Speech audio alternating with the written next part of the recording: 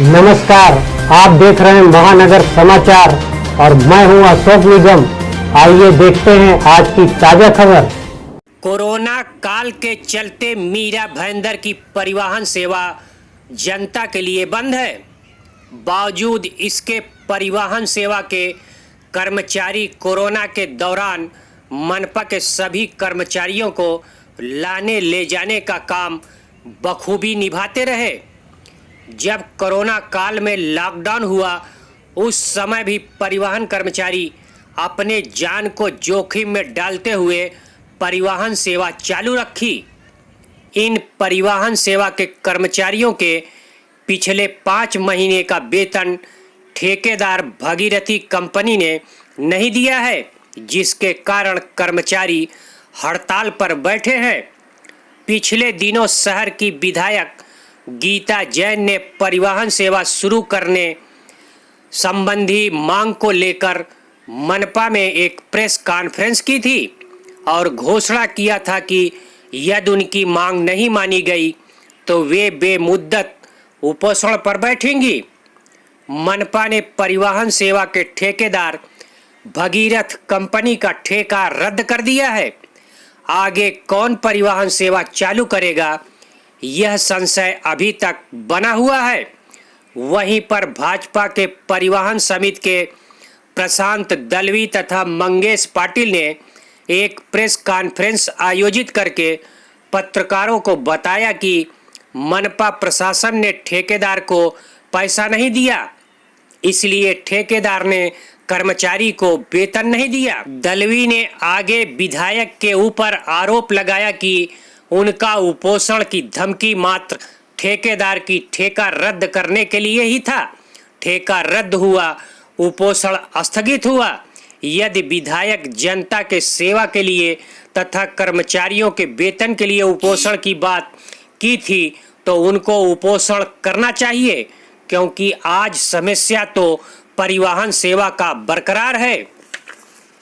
वहीं मीरा भाईंदर मनपा प्रशासन मीरा भाईंदर में परिवहन सेवा शुरू करने के प्रति एकदम लापरवाह दिखाई दे रही है।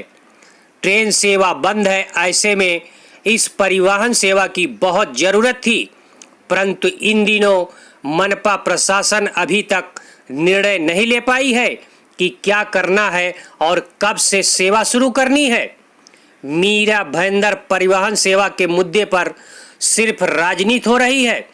सभी राजनीतिक पार्टियां एक दूसरे को नीचा दिखाने और अपना वर्चस्व दिखाने में व्यस्त है और जनता सेवा नहीं शुरू होने से त्रस्त है।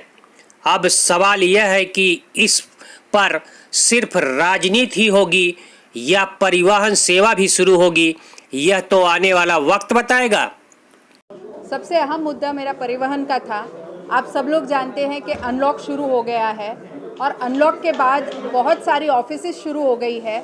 बहुत सारी ऑफिसेज जाने के लिए यहाँ के लोग बहुत परेशान हैं। ट्रेन ऑलरेडी बंद है और कब चालू होगी, हालांकि 15 का वायदा है, लेकिन मैं फिर कहती हूँ कि ट्रेन अभी तक चालू हुई नहीं है। लोगों को अपनी ऑफिस जाना है तो हमारे पास परिवहन की जो सुविधा है वो बसें ही रह जाती है। और ऐसा नहीं है कि हमारे पास बसें नहीं हैं, अगर जितनी है वो ही हम चलाना चालू करें तो लोगों को थोड़ी सी राहत मिलेगी। उत्तन राय चौक पाली वहाँ से तो लोगों को बिल्कुल आने जाने के लिए कोई सुविधा नहीं है। अभी जो एसटी चालू हुई है वो पर्याप्त नहीं है। तो इसीलिए आज हमने कमिश्नर साहब से ये चर्चा की कि प्लीज़ आप जल्दी से जल्दी परिवहन चालू करें, क्योंकि हर बार ये वायदा होता है कि 15 दिन की टर्मिनेशन नोटिस कॉन्ट्रैक्टर को दे दी गई है और उसके बावजूद आज दिन तक बसें चालू नहीं हुई है। What is concern is that कि आज दिन तक बसें चालू नहीं हुई है। वो आप किस तरह से करते हैं, पर हमें बसें चालू चाहिए, लोगों को सुविधा ये ज़रूर होनी चाहिए। इसलिए आज इस मुद्दे पे अहम चर्चा हुई। कॉन्ट्रैक्टर की क्या मांगे हैं, वो बार बार ये कहते हैं कि मुझे कॉरपोरेशन पैसे देगी तब मैं कर्मचारी का वेतन दूंगा।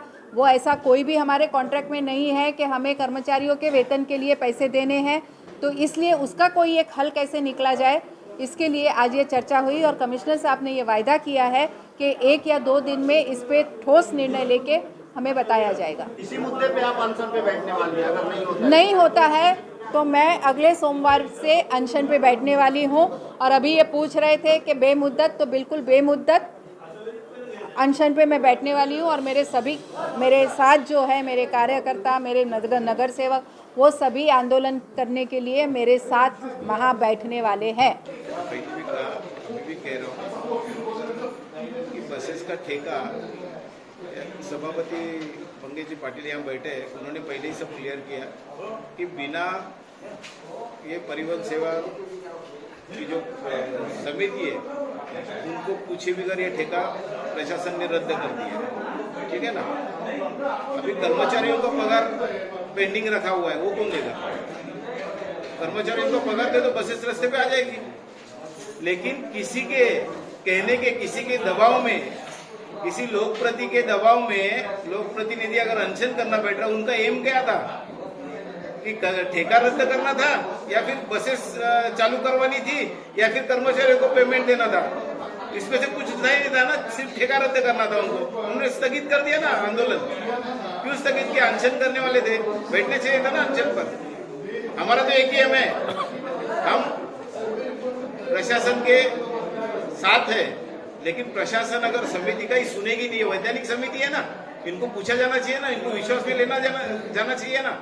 आज अगर उनको ठेका अगर रखना भी है तो किसको पूछेंगे? खुद कर सकते क्या? नहीं कर सकते ना, इनको इनके पास ही आना पड़ेगा ना।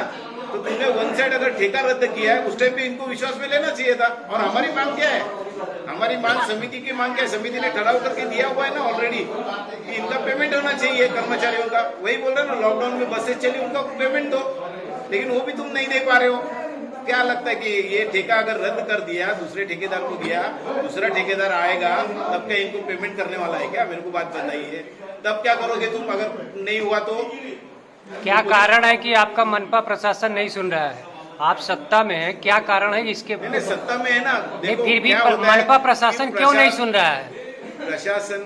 प्रशासन को आधा तक कुछ इस बारे में कोई मालूमात नहीं है। ये हर एक ठराव है ना, ये विखंडित के लिए भेज रहे हैं। मतलब आपका ये कहना है कि आयुक्त को नहीं मालूम है ये? हाँ, मतलब सोचे समझे, मतलब कि कुछ जानकारी नहीं है, फिर उसको विखंडित के लिए भेजो। आज टैक्स का पैसा आया, वो टैक्स के बारे में भी हम लोगों ने कहा था, उसको विखंडित के लिए भेजो। हर चीज विखंडित करने के लिए भेजो।